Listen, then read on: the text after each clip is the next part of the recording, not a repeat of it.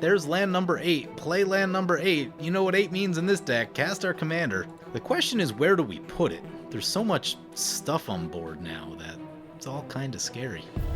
Today on Commander Replay, we take another look at Gishath and see if we can plow our way through all of the enchantment decks. Next on Commander Replay. Hey guys, there's 2 great ways to support the channel. All links are in the description below. Welcome back everyone, playing some Gishath Sun's Avatar, and today's deck list comes to us from Patreon supporter Zeno.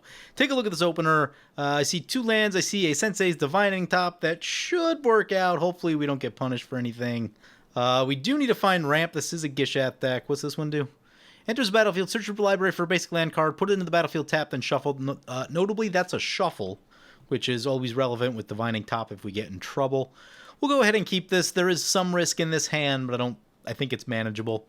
As long as we draw like another green land, I think we'll be just fine, at least for the time being. Oh no, we got 2 Narci Fable Slingers. Disgusting.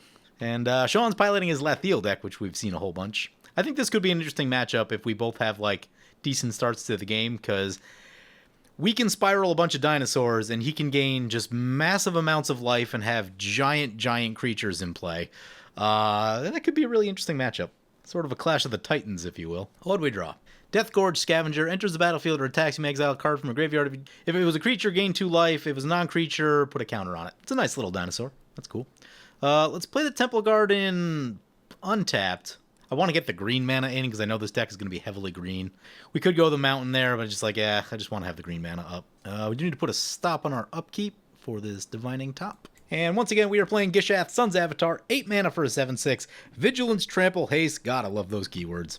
Whenever it deals combat damage to a player, reveal that many cards from the top of your library, put any number of dinosaurs from among them onto the battlefield, rest on the bottom. It's the Dinosaur Commander. Who doesn't love Gishath? It's maybe a touch strong, like, it's not like broken strong, it's a little annoying strong. If you leave it out there, it can spiral in a way that, like, is maybe a bit much, but overall, I think Gishath is like it's a pretty good level for tribal decks to be. Particularly for, like, dinosaurs who are not a super well-supported tribe up until the past few years. When the very first Gishath deck came out, the dinosaurs you had to put in that deck were pretty bad because there were only like a handful from Ixalan, and then you were like really kind of like scraping the bottom of the barrel with some of the ones that came out in like 95 and 96. Those ones were pretty awful. Oh, that's some weird stuff. Like, Zakama is very strong, but we are so far away from Zakama. Guardian Project, then Forest seems fine to me. It is my goal to not activate top every single minute that we can activate top in this game, just because it takes forever, and we can be better than that. Did I just pass our turn? I passed our turn. Crap. Well, that's no good. That is not what you want to do. Sean gets a Selfless Spirit. Yep, those are good. Giving away our going first advantage here. It's not great. With that being the case, that does mean we probably want to try to like dig to some ramp. I'll draw the Guardian Project because that's going to be a handy one to have around. Opponent cracks their Font of Fertility and gets some lands. I got chat and I pressed the F2 button and then it passed through our main phase after dealing with the Divining Top. Ugh. So bad. When I was looking at this deck before the game, I did think to myself, this deck could probably have a little bit more ramp in it. Because with this deck, I mean, the name of the game is just get Gishath in play, keep Gishath in play, right? And so you just kind of want to race to 8 mana. Brings it back to our turn.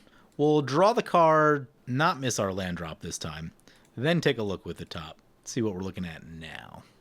High drops, you say? Yeah, leave the swords on top. And then I think next turn we're going to try to shuffle with the one that finds lands. So I don't like what we're looking at.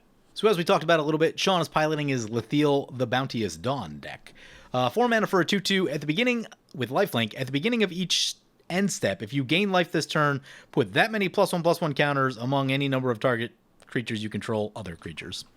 Yeah, you gain life, they get huge, and wild things happen is the name of that deck. This deck can punch out some damage, and it can gain so much life that, like, you may not be able to kill it in the absence of commander damage. Dinosaurs have some hope of being able to chew through, like, 150 life, but I've had some, like, weird stalemates facing him with this deck in the past, where he had absolutely massive creatures with lifelink, and it just, you know, created this, like, board state that's, like, just hard to deal with through damage.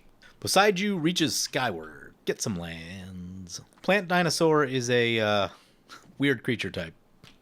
It is a Glissa Sunslayer. First strike, death touch, deals combat damage to a player, choose one, draw a card and lose life, destroy an enchantment, or remove up to 3 counters from target permanent. Yeah, those are interesting modes. Repeatable enchantment removal is a cool thing. There's probably not enough of that, like, in the game. Though, I guess you do want to keep enchantments from being, like, too easily killed, because that's sort of their selling point, is that they generally stay alive for a while. Let's cast the Topiary Stomper. That'll shuffle the top of our deck, get those high drops out of there, hopefully. Colors do we need? We have 2 green. We have 1 white. We do want a second white, it looks like. From a quick glance, there isn't a ton of double red in the deck, so I think we're okay without that for a little bit. Next turn, oh man, so we need to make a land drop, which means we're going to pray that we can catch a land with the Divining Top, then we can get the Guardian Project, then after that we can just try to get some small creatures in, try to get a few extra card draws. There's a Beast Whisper. And then we've got D-Manny and 7 Deadly Sins, both piloting Narci Fablesinger.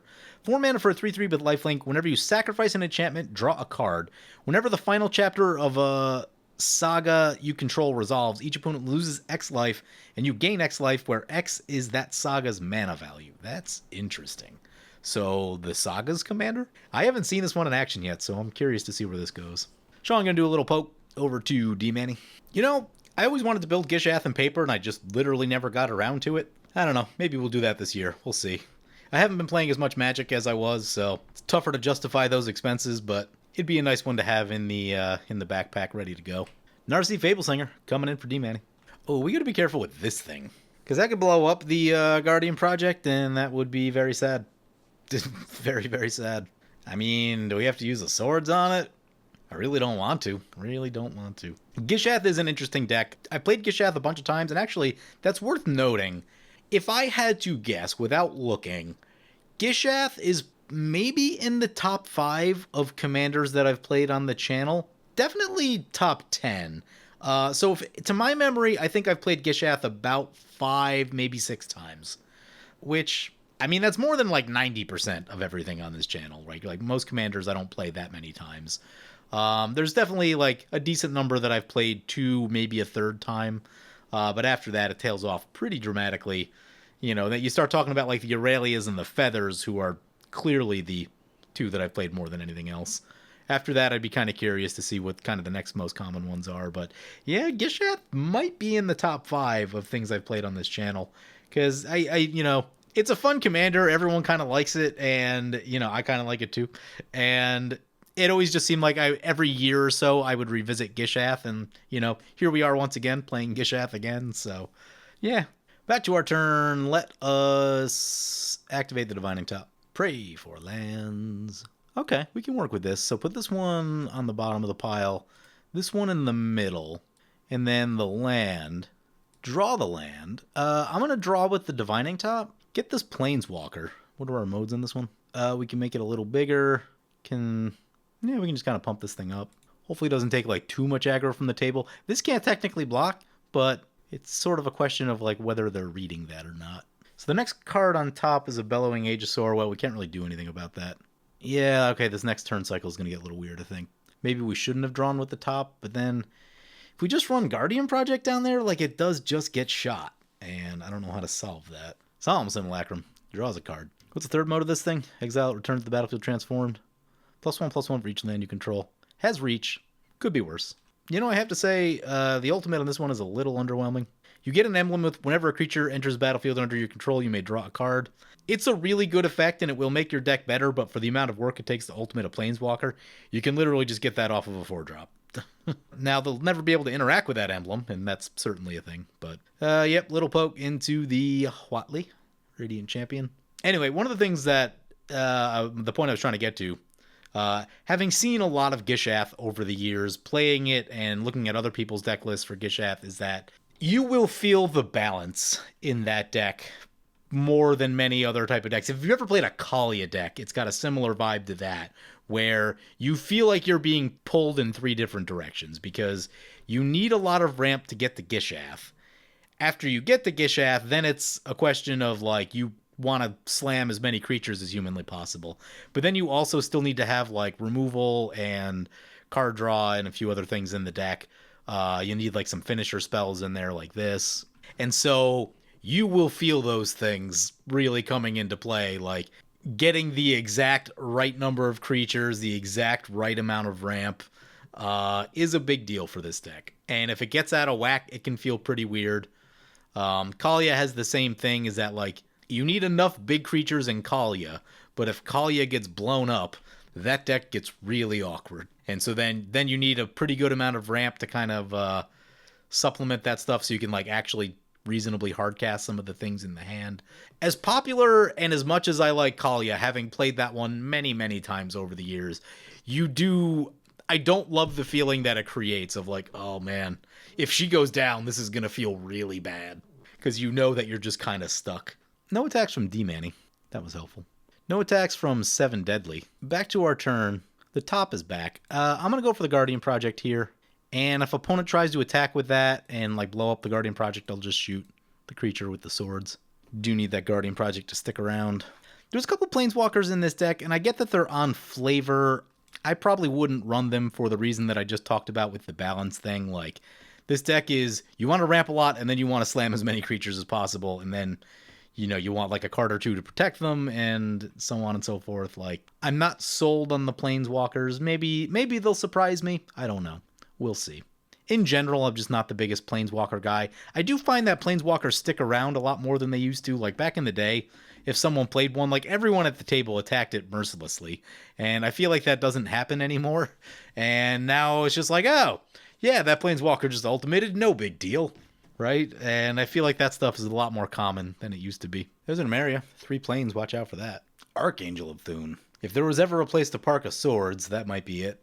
They don't have any lifelink this turn on anything, so that's good. If someone wanted, if someone wanted to just like drop a board wipe right now and like deal with all of that, that would be awesome. Because we don't really have a lot committed. That would perfectly allow us to like jump into the game and really kind of get ahead. Yep, gonna keep poking the Planeswalker, as you do. Like, for me, I would just throw a Thran Dynamo in this spot. I don't think there's a Thran Dynamo in this deck, and like, there definitely should be. Thran Dynamo allows you to get your commander on turn 5, if you have all the lands for it. 3 counters on target creature you control, that seems good. Unnatural Restoration, getting back the Font of Fertility, yep. Proliferate. Oh boy. Hey, they proliferated our Planeswalker. Sadly, we know that we're not drawing a board wipe this turn, so we'd really like to see one out of our opponents. Or at least something that shoots the Archangel. Willow Haven. Yep, opponent just dropping enchantments left and right over there. Notably, opponent did not make a play with 5 mana on their last turn. I'm very curious about what they have. Also, surprisingly, they haven't been attacking with this. I guess First Strike Death Touch is a really good blocker. Oh no, Sithis. That is also a pretty good spot to park a swords. Yeah, there's some scary stuff out here now. Is this one an enchantment? It is. So that can be got with Return to Dust, which is important. Missequence, D-Manny said, yep. Would have drawn themselves a few more cards. They're still at 6, so, The Enchantress decks are always going to draw a million cards and not be the best time. Yeah, opponent's going to tick our Planeswalker down to 1, so I guess that means we gain some life in the sense that it's not coming at us. Sean's going to block the 2-2 on the 5-5, yep. Draw with the Solemn.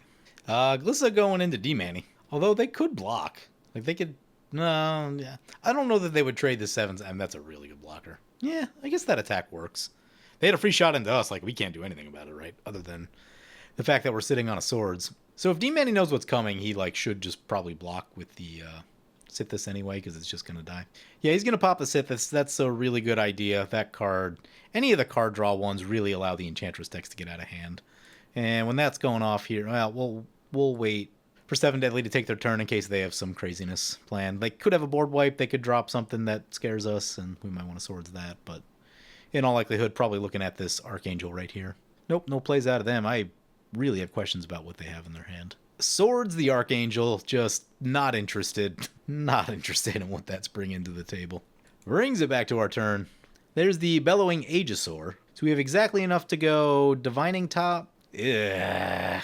Each opponent sacrifices an artifact or enchantment. That's going to get us pretty good. Guardian Project down. That's going to hurt. Got 0 card draws with that. And opponent gets to draw a card. Gross. So most people kind of losing a bit through that turn. Then we'll take a look at the top here. Now we won't be able to draw the cards, sadly. I guess we could do the top thing again. I think I'm going to go Land, Ripjaw in the middle, land? Draw the thing because we need to make land drops. Play the land. We've now gotten into that loop where, like, we need to keep drawing to hit our land drops, and now things are really awkward with the top. I hate when it comes to that. Hate when that's the place that you end up. Play this Death Gorge Scavenger. What's this one out of? Oh, Original Ixalan. Or is that the second one? I can't remember. What do? We exile a thing? Let's exile a thing. Sithis seems like a good thing to exile. Don't want that coming back. And now we at least have a blocker, which is nice. Use the ability. We gain some life. We'll plus our Planeswalker back up. And pass like that. Lathiel coming in. Draws a card. Yep. Keeps poking the Planeswalker. Yep. Sean passed with 4 mana up. Makes me a little nervous. I don't know that we have a big play lined up, but it's probably going to be some removal flying. Ooh, Calamity's Wake. Spicy. I was just talking about this with in the fish video that I filmed about 20 minutes before this one. Exile all graveyards. Players can't cast non-creature spells this turn. Exile Calamity's Wake. This card looks very strong. Like Silenced mixed with some graveyard removal. Silence hits everything. This one doesn't stop creatures, but a lot of the time you are less concerned about the creatures and more concerned about the non-creatures. A lot of the time. Certain decks, it's still a problem, like tribal decks, combat decks. The creatures could be a problem. But I find more often than not, it's the non-creatures that'll really get you. Anyway, I bought a big stack of those because they're an uncommon and they're pretty cheap. And haven't really had a chance to use them yet, so I'm curious to see how this plays out right here. They drop a Herald of the Pantheon, Mesa Enchantress, so far, D-Manny able to just play around it perfectly fine. Because apparently every creature is... Oh god, Canker Bloom. Every creature is an enchantment now, also. Not that one, but... Well, maybe that one's not an enchantment. I guess D-Manny had a handful of creatures. I will say that I do feel like that Calamity was probably rushed. Silence is objectively better there. It does look like our Planeswalker's finally gonna go down. It'd be nice to live the dream, but I think we're better off keeping the creature, just trading in the Planeswalker here. Because if we get rid of the Planeswalker, that'll, like, take the focus off of us, because we are not doing a whole lot. Like, if I knew we could get Gishath this coming turn, and I knew that we were going to get, like, some meaningful value out of that minus ability, I would think about it, but D-Manny is also quietly up to 47 life. Yeah, I'd like to see that board wipe. That board wipe would make me happy. We don't have one. Ondu Spirit Dancer. Whenever an enchantment enters the battlefield under your control, you may create a token that is a copy of it only once each turn. Wow. That seems good. Haven't seen that one. I was really hoping they were just slow rolling the board wipe over here, because this would just be such a good time for it. So far, it looks like we're in for one of those awkward non-board wipe games. They're going to send this thing in again. They're going to block with the Herald. At least they lose a little bit of something. Put some Vigilance on here, and you are ready to roll. First strike, Death Touch, and then it can play offense and defense. Sign me up. I should play this. This seems like my kind of commander. Because enchantments will beat you, right? Like, when a nasty enchantment's out there and you have no way to answer it, it feels bad. And this gives it to you right into the command zone, plus card draw. And the first strike Death Touch thing is a thing that I can sign up for. Let us play the Divining Top. Let's take a look with the top. God, we need to stop drawing with the top, but we're stuck. This is what I hate. That's why I don't run top. Galta is something we could get in there reasonably easy. I think Galta on the bottom, Ripjaw, and the land right there. I think we just stay put like that, and then think about, I think we can cast one of the 6 drops next turn. Let's see, 2, 4, 6, and should be able to yeah, we can activate the top and cast one of our 6 drops next turn. I think we're just staying put with these guys. Kami of Whispered Hopes. Oh god, that can make a ton of mana. Wow, that's a crazy card. See what Sean's thinking. He needs to gain life somehow. Everything in the D-Manny. Cool. Is this a board wipe? You gonna go offensive board wipe? That'd be interesting. Blocks the Selfless Spirit. Chroma's Will. Okay. Sean should get pretty far ahead here. Definitely take the focus off of us. I don't know that that was worth it. Like, yeah, he's gonna get a lot of counters right here. Also, does this give Vigilance? It does. So this gives Vigilance, which means if he was planning to do this, then he should have did it before he attacked, and then they'd all be untapped. And he would have a bunch of giant stuff. Honestly, I mean, I probably just don't use the Chroma's Will there. I guess he probably just has no other life gain available to him in this moment, but that is, Chroma's Will is a really strong piece. Oh, hey, he's going to pump up our stuff.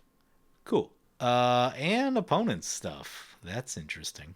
Maybe kind of feeling like, this deck's about ready to blow, and wants us to be able to do something about it. Maybe that's his line of thinking. Don't know. The Eldest Reborn. This one's bigger, and it'll be able to... Oh, this one has Vigilance. I think the Vigilance is too alluring. We're going to need to be able to block at some point. I'll sacrifice this guy. It makes me sad. Ooh. Minimus Containment. Enchant non-land permanent. It becomes a treasure artifact. Yep. Seal of Cleansing. Ugh. Just no one can have enchantments this game. We've got this Return to Dust. Here's the issue. If we save it to our main phase, we are mana inefficient, and our mana's not doing great this game. But if we do, we can shoot both the plant and the Eldest Reborn. And if the plant goes down, then people can kind of start getting in here, because the rest of their stuff isn't very big. Where if we shoot it now, we're more mana efficient, but we only really hit the thing. Oh, man, I think we got to do it main phase. What's coming? We have a land on top. No, I think Ripjaw Raptor's on top. Crap. I guess we could look with the top and rearrange with the top. Okay. Yeah, maybe we rearrange with the top again. Small attack over to Sean. See what Seven Deadly's got. Again, a board wipe does a lot here and doesn't hurt us that badly. Proliferate. I assume they're not going to target this thing, because I really don't want to discard a card. I guess we have the Waves of Aggression. Waves of Aggression, it's okay to discard. I don't know that we're ever going to have extra lands in this game, though. Proliferate's just a 2. Our things get a little bigger. Love it. I was hoping that was going to be a Deluge, but it was not. All right, let's take a look at the top. See what we have again. Oh, yeah, we have to rearrange. Actually, we can probably get Galta.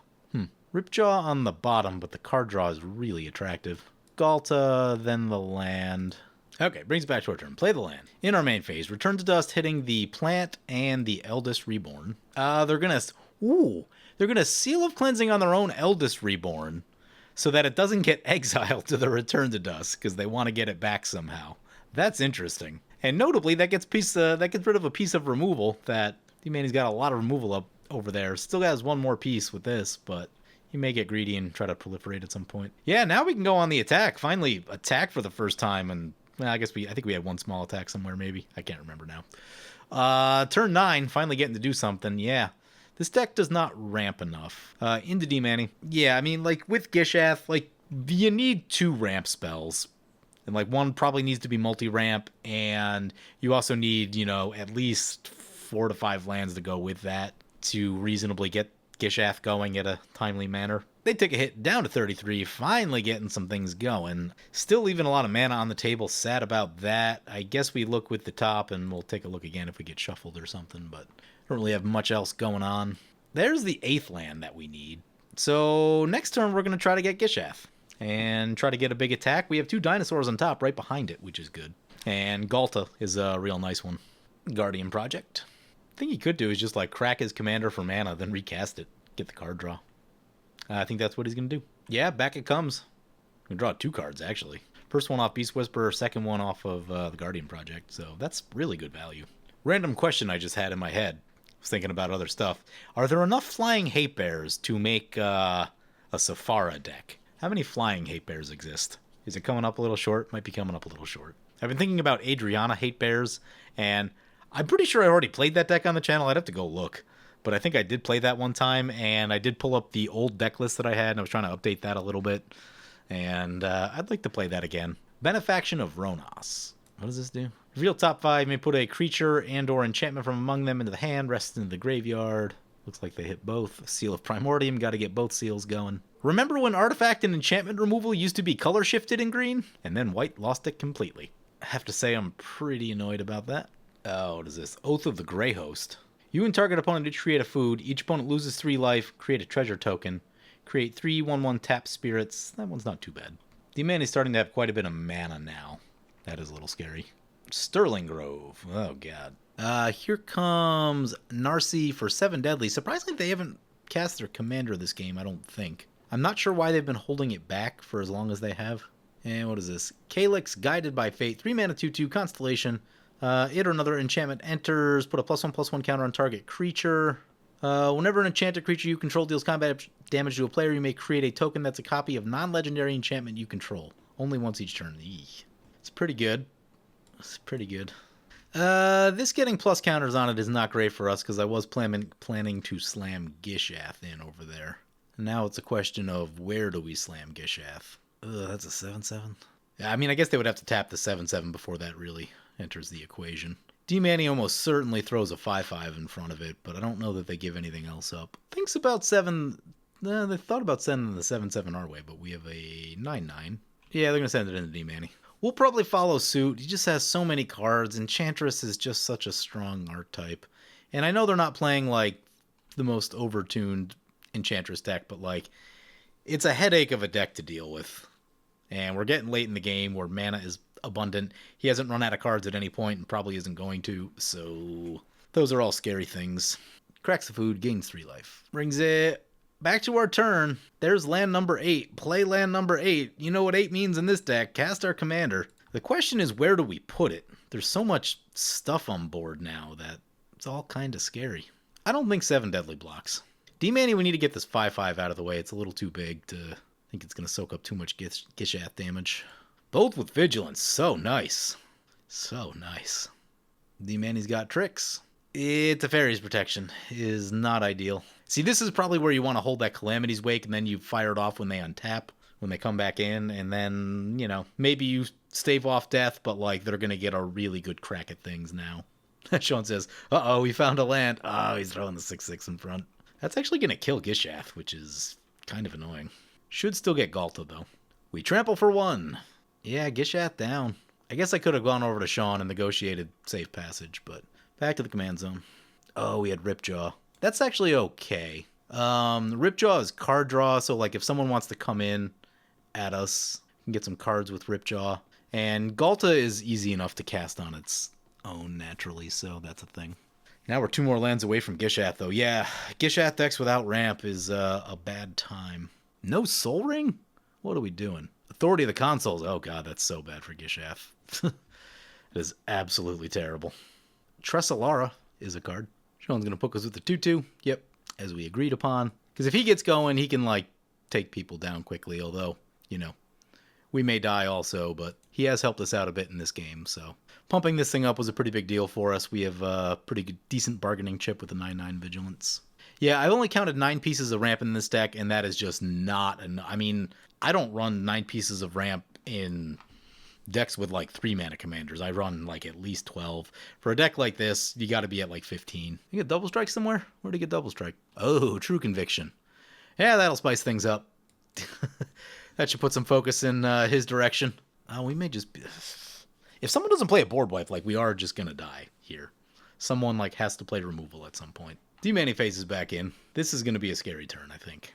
Sacrifice an enchantment, draws a card. Cracks the Sterling Grove. Yep. That is a Meat Hook Massacre X9. That will slow the game down. And he's going to proliferate before that happens. Man, are we really not going to draw anything with the Ripjaw? Oh my god. That's frustrating. At least we're not losing the Galta. Although, now we have to pay full price for Galta? That's not good. I guess we can get the Carnage Tyrant, and that'll help with the Galta. Yeah, a bunch of things go off here. There's the board wipe finally happening. Not quite at the time that we wanted it to, though.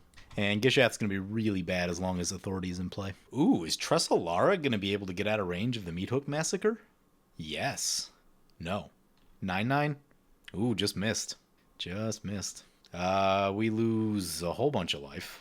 To what, I'm not sure. Oh, the sacrifice. Yeah, okay. Yeah, that was a chunk for 4 life. Didn't feel great. And this chunk for however much this is going to be. Is that 6 more? Great. Love it. Yep, there's a whole bunch of triggers. Now we all lose a bunch of life. He gains a bunch of life. This thing's a little OP. I think I'm okay with them gaining life. The, like, each opponent loses 1 life is kind of insult to injury, right? You're, like, you just wiped the board. Now you're also doing a ton of damage. Seems a bit much. Also, that's kind of red things with the board wipe. And, like, red doesn't get that on too many board wipes. It gets it on, like, the old ones, but not so much on the ones that they still print. Like, Inferno and Earthquake, Fault Line do that, but...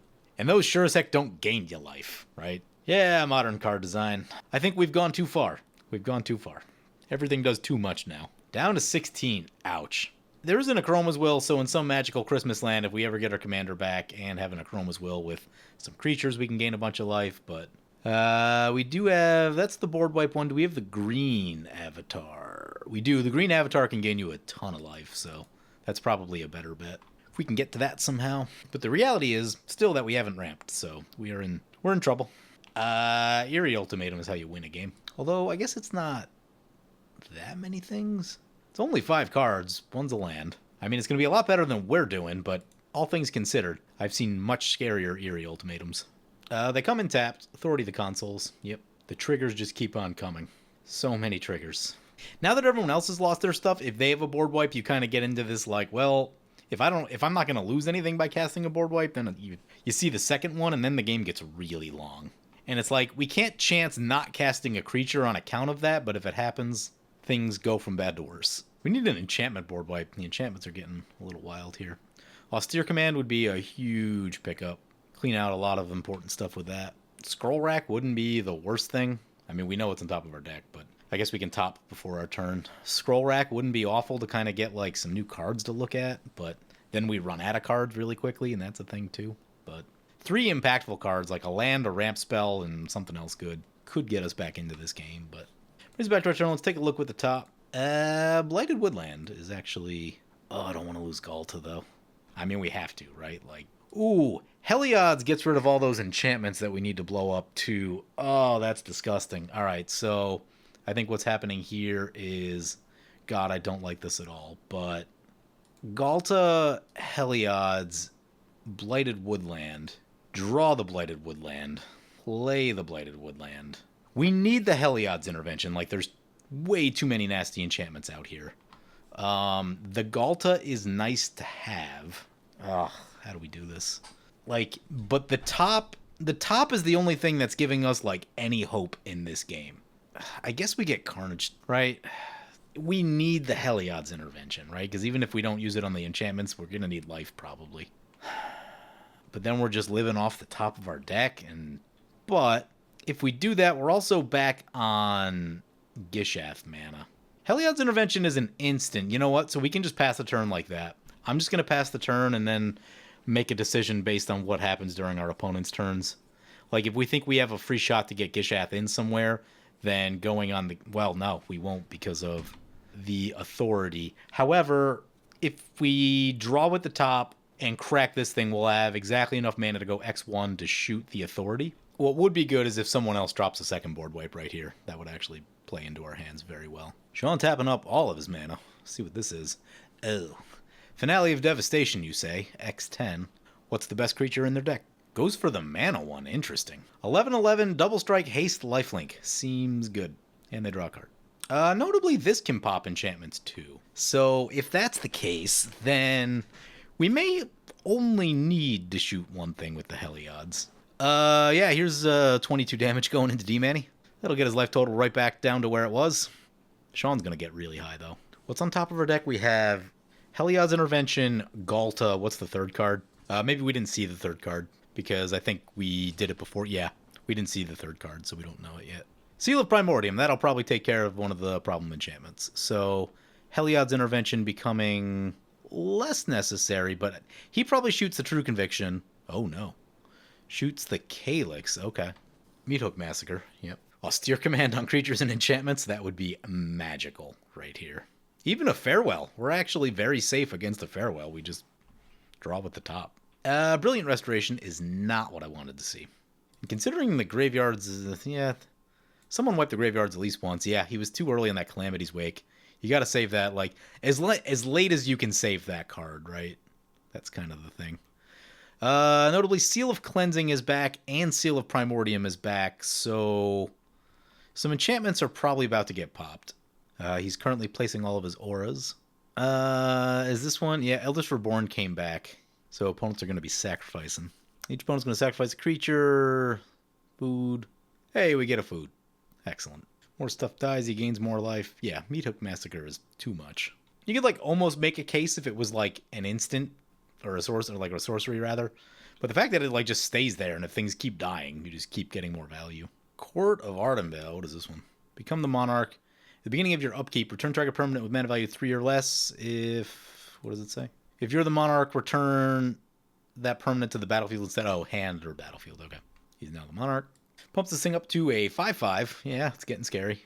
Let's see what they want to do with this thing.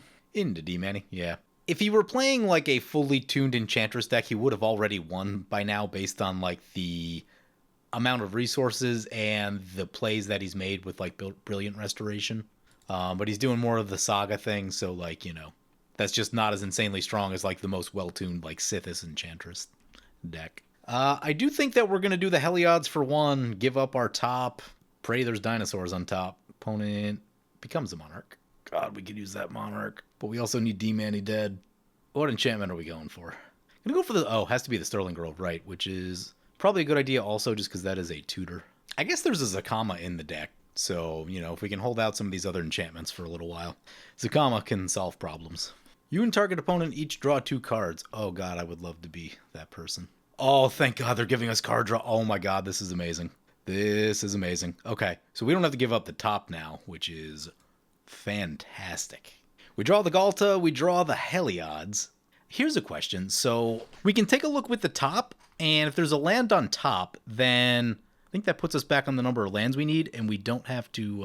Oh, God, what's this one do? Target opponent reveals their hand. You choose a creature or planeswalker from it. That player discards it. See who they want to choose. Although I guess if there's not a land on... Oh, no, because let's see. If we do that thing I just talked about, then we don't have enough mana for Heliod's Intervention. It's going to hit D-Manny with the thing, yep. Liliana's Contract, Verdant Enchantress, and Shigeki. Shigeki, I think, is very strong. Discard Shigeki. You can just get that back, though, right? No. Okay. Okay, so I think the plan is the same as before, just that we don't have to give up our top now. End step. All right, so crack this thing. Let's get a mountain. Let's get 2 mountains just because we don't have that much red mana. I mean, I guess the real question is, can we wait another turn on Gishath? If we can, then we can Heliod's Intervention for, like, a lot. Maybe that's the better play, but God, it's so late. But there really isn't that much in play. I guess that's the thing.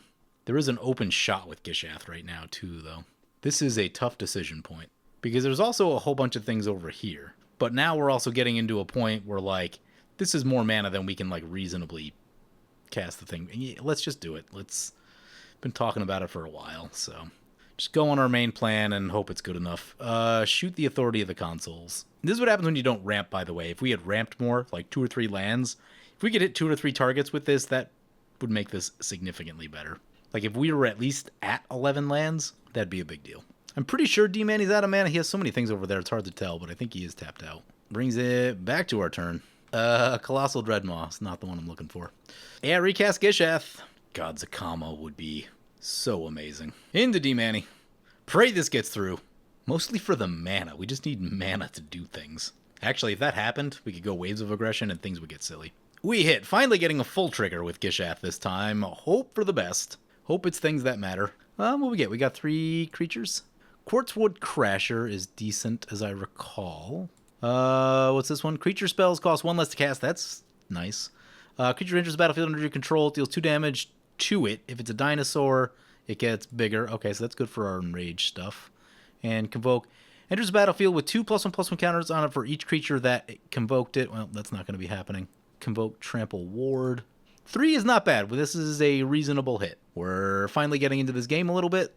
Hopefully nothing dies as a result of enrage here. Yeah. Finally did a little something. Pass the turn. Need this to hold up. Another board wipe would be god-awful. There's a lot of other things that get us too. Our life total's just low. Opponents could find, a sequence of plays to get us killed. Meathook Massacre's still out there, which is a thing. D-Manny's on the 5-yard line. It'd be tough for Sean to find that damage, just that deck's not super well suited to haste. It's not impossible, but I'd venture he probably doesn't have more than like 1 or 2 cards that grant haste. Guardian Project. Verdian Revel. Whenever an artifact is put into opponent's graveyard, draw a card. Yeah, that's insane against treasures. Hasn't been a heavy treasure game, though. But there are some food tokens. Branching Evolution. Yeah, we gotta pray things don't get too out of hand here. He's down to 4 cards, which is okay, but I think he did have a card draw thing in there. His hand was revealed. I forget what was in it, though. Seal of Primordium on... Oh, the Meathook Massacre? Wow, that's disgusting. And just get it back? That's no good. Yep, get it back. That is super annoying. Again, where is it? Gotta hold this longer. It was just too early when he played it. And I guess it is tricky in that sense, but... Yeah, we gotta discard a card now. It's not great. We'll lose more life. Now we might pay the price because we need to get that enchantment out of play, otherwise he can just do this every turn. We have to discard. It's gonna be the Waves of Aggression since that one doesn't matter too much. I guess there's some hope with this deck that, like, they can just get some life loss in there and finish them up. Sends the 4/4. We're going to need something with haste other than Gishath, because getting 2 more mana for Gishath is going to be a headache. Actually, do we only need 1? Well, we only need 1, but we have to take a look with top. Steals back the Monarch. Yep, it's back. Oh my god, he's got a loop with it now. Interestingly, the Cruelty of Gix is a tutor on the second mode, but, you know, you have to wonder if they just go for the thing that kills all of us. Yep, everything dies again. Lose 1 more life.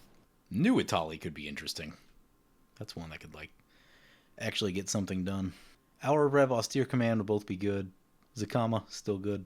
So, yeah, there's about 4 or 5 cards in our deck that could be helpful, but I'm not seeing a lot of haste. This deck could probably, well, I guess Gishath has haste naturally.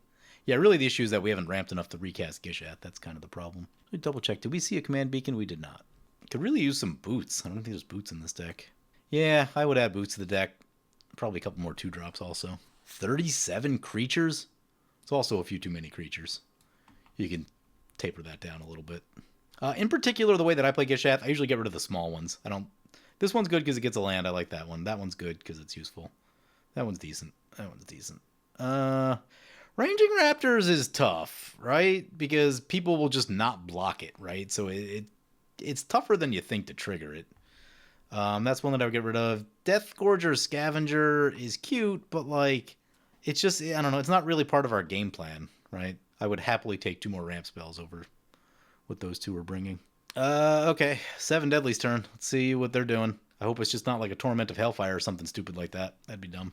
D-Manny's back to 14. That's not great. All that work we did, gone. Farewell or Austere Command. Would love to see either of those. Clean out the nonsense. 7 Deadly's down to 7 themselves, which is pretty low. Very curious to see what they tutor for. I don't think like another Mass Reanimate is necessarily a strong enough play. I mean, whatever it is, they got to go for the best card in their deck. Like, let's find out. Recast their commander. Oh, they can pop 2 of the... Oh god, that's gonna be a lot of life loss. Activate Karn's Bastion. Mass life loss. They can do it at the end step too. How much is that? That's 3 plus that. That's 8. Oh, that's gonna be low. All right, see what's on top. I don't see us using the Sunhome at all. Kodama's Reach showing up incredibly late. What's Kagla and Yudaro do? Gains trample, fights a creature you don't control. You can discard it to destroy up to 1 target artifact and 1 target enchantment. Shuffle it, then draw a card. Card draw sounds nice. Huh. We need all of these cards. Like, what do we do about the fact that we need all of these cards? We're going to lose 8 when they do the thing? Ugh, it's going to be... It's not good. It's really not good. Okay, I think we go land, Kagla, Kodama's on top. Cast Kodama's Reach. Let's get a white and a green. Play the forest. Take a look with the top. Ranging Raptors. That is just not strong enough. Any order, I guess. Play Colossal Dreadmaw for the memes? So we've played about a third of the deck, and we've run into, what, I think 2 ramp spells? 1 in the Stomper, and, yeah, 1 in the Kodama's Reach.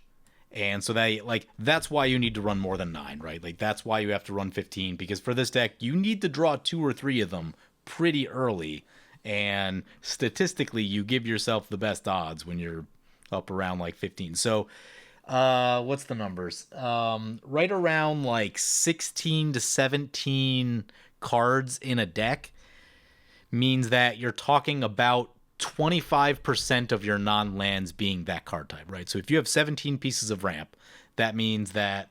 Let me check my math on this. Sean recasting his commander. Oh, no, it's lower. Yeah, so 15.75. So if you run 63 non-land cards in your deck, then 15.75, 15 to 16, means that 25% of your non-lands are that card type, right? So, and in a case like this, you want 25% of your non-lands to be ramp, because we've had big stuff all game, and we can't cast it.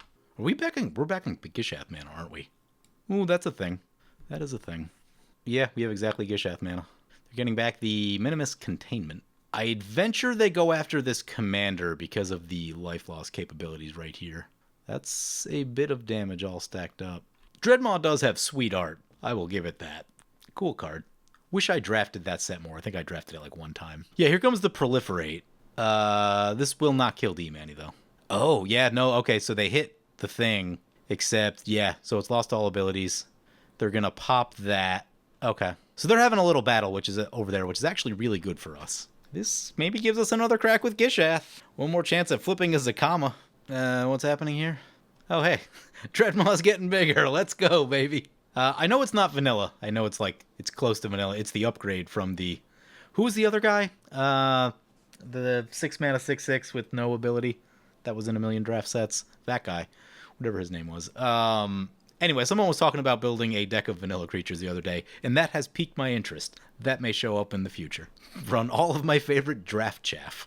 That'll be a video where we really talk about the art, because no abilities. For the people that have been playing for a while, in Future Sight they did an interesting thing where the vanilla creatures were like full card art instead of, this normal text box here, which I thought was pretty cool. And I thought it was an interesting take on that. And I'm not sure that they've repeated that since. Correct me if I'm wrong, but yeah, it was just something cool they did in Future Sight. And, it's weird because, like, it only applied really to, like, draft stuff, right? Like, those cards you couldn't really run in a constructed deck because they're just not good enough, but sort of gives it a weird vibe. It's like, oh, cool, these cards are special, except they have no abilities and aren't very good. But it was interesting nonetheless. Oh, God, that's an eerie ultimatum. Yeah, that card's busted. This is a lot of stuff. I'd actually be surprised if this doesn't crash the game. Oh, and they're going to draw a million? Is this cast? That's cast, so that one won't trigger. Ascend from Avernus. Is that on Magic Online yet? I don't know. The red bar is no longer on it, but I wasn't able to find one in a trade. Anyway, white decks really need that card to be available on Magic Online. Doesn't look like it. Yep, million things come back. We're getting down to a point where he could do the cheese with this. Yeah. Dreadmaw's gonna die. Yep. I guess he would need to be on it, but D-Man is a good player, so... Oh, interesting. Ooh, it has Shroud, which means he can't shoot it with his own thing. We might get another crack with Gishath here. So the dream would be Gishath, rip Zakama, untap our lands. I'm pretty sure that's how that works. It's been a while. I'm pretty sure it's a cast. No, it's a put. How does Zakama read? Enters the battlefield if you cast it. Okay, Zakama will not untap our lands if we rip it with Gishath, so that is not a valid line of play. This deck definitely needs a mana geyser, right? Because when you get into this situation where you have a deck full of high drops and your thing keeps dying, you just need a lot of mana. Mana geyser would do a lot for us. Theoretically, with a land, we'd be able to go Commander and Waves of Aggression or something like that. Although there's probably a timing issue there. Yeah, there's definitely a timing issue. Their Commander is back. Yeah, the problem is without graveyard removal, they just keep doing, like, they keep bringing all this stuff back. What's he targeting? Oh, he's proliferating. Cool, we have to discard a card. Love it. Lose 3 more life. Yeah, we're gonna slowly lose to 3 life at a time. Discard the Bellowing Aegisaur. 7 Deadly Scoops. Brings it back to our turn. There's the land. Play the land. I think that gives us enough to look with the top. Let's see, that's 8, 12, 13. Yeah, okay, so we can look with the top to see if there's something better than recasting our commander. Nope. 2 dinosaurs. Cast our commander. Yeah, the problem is he probably throws a bunch of, like, little things in front of our... But it doesn't really matter anyway, because unless Sean does something about the enchantments, then... I don't know. I think we go max damage here just to try and find something that matters. So in hindsight, we did have time to wait with that Heliod's. Had I known that was going to be the case, right, I wasn't aware of the meat hook loop.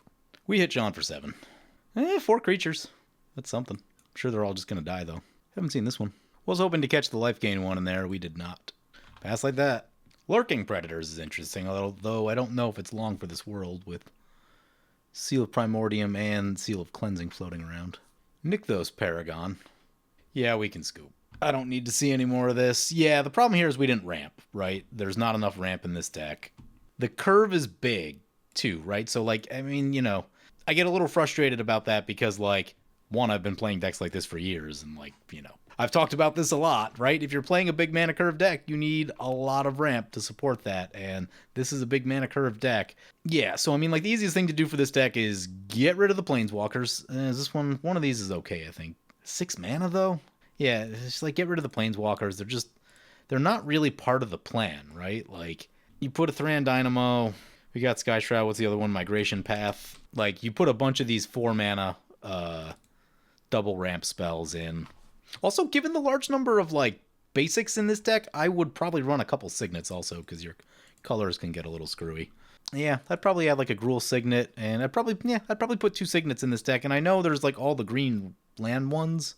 I guess 3 Visits is cheap now, but I wouldn't say no to a couple Signets in this deck because they help with consistency a lot. Yeah, they might get blown up in a Vandal Blast, but if you've already got Gishath in, you just don't care that much. The next thing is I would taper. You got to cut like 1 or 2 from each of these piles. This is a lot of beef at the top of the deck, and the deck just like doesn't make that much mana. What's this one do? Search for that's a lot of mana to search for a creature though. Now if the creature you're searching for is Zakama, right? That's a whole thing. It's interesting, but I don't know. Like I said, I don't care for the small dinosaurs that much, although they have gotten a little better. This is for flavor, cool art.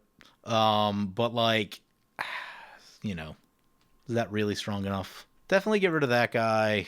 Like I said, I'm not the biggest fan of Raging Raptors. I think it's too hard to get it to trigger because like you need those lands early, right? Like it's not as impactful late. Like it's okay, but that and like I don't know. I never, even when it does work, I never see it get it more than 1 land, right? You're better off with other stuff. I've gone back and forth on this one a lot. It is cool when it triggers. Like that is a helpful ability, but at 6 mana. There is some cost reduction in the deck, or also Gishath in the command zone, obviously, but I'm on the fence about that one a little bit. Not sure about Ancient Imperiosaur. It's a lot of cool abilities, that's for sure, but mine's not made up. Oh, that one gets huge.